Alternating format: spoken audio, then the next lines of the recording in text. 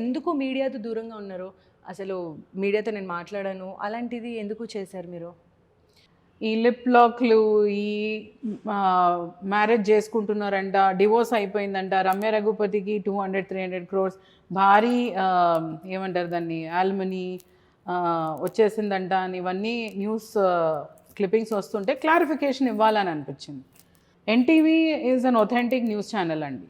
So I thought maybe when you approach me మాట్లాడతారా అని అంటే I thought why not and give the clarification. Media పిచ్చి నాకు లేదండి. I'm a very private person. నాకు ఇంట్లో నా బాబు, నా ఎన్జిఓ, ఎంతసేపు what I want do in life అనే ఫోకస్ ఉంటుంది. మీడియా పిచ్చి ఉన్నది మా ఆయనకి.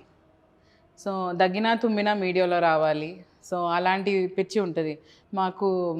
పెళ్ళి అని ఇంకా మాటలు జరుగుతున్నాయి, మా ఫ్యామిలీ వాళ్ళు ఇంకా యాక్సెప్ట్ చేయలేదు.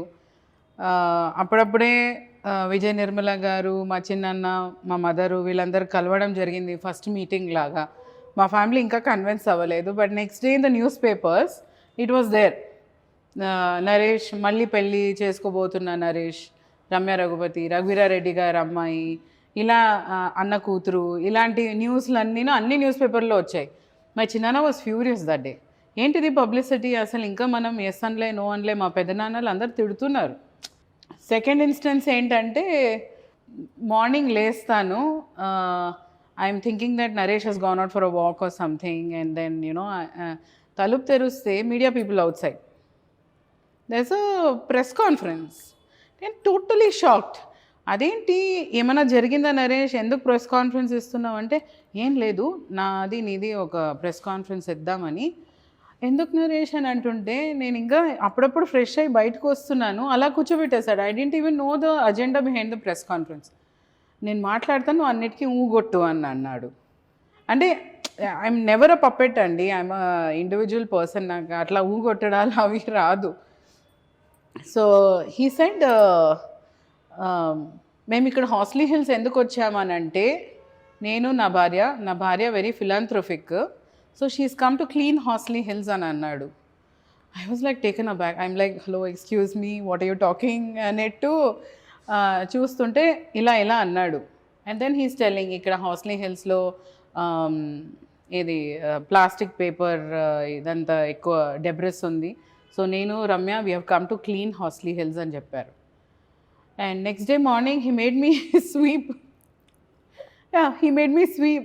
It was supposed to be a private time between us, so I was holding a cheepra in my hand and I was sweeping Horsley Hills. No regrets. Okay, we tried to do something good for the environment, but hello, what about my internal environment? I'm wanting some time with you, right? So ఆ రోజు అలా గడిచింది. Next మా బాబు పుట్టిన తర్వాత బెంగళూరులో ఒక star హోటల్లో వాడ నేమింగ్ సెరమనీ పెట్టాం.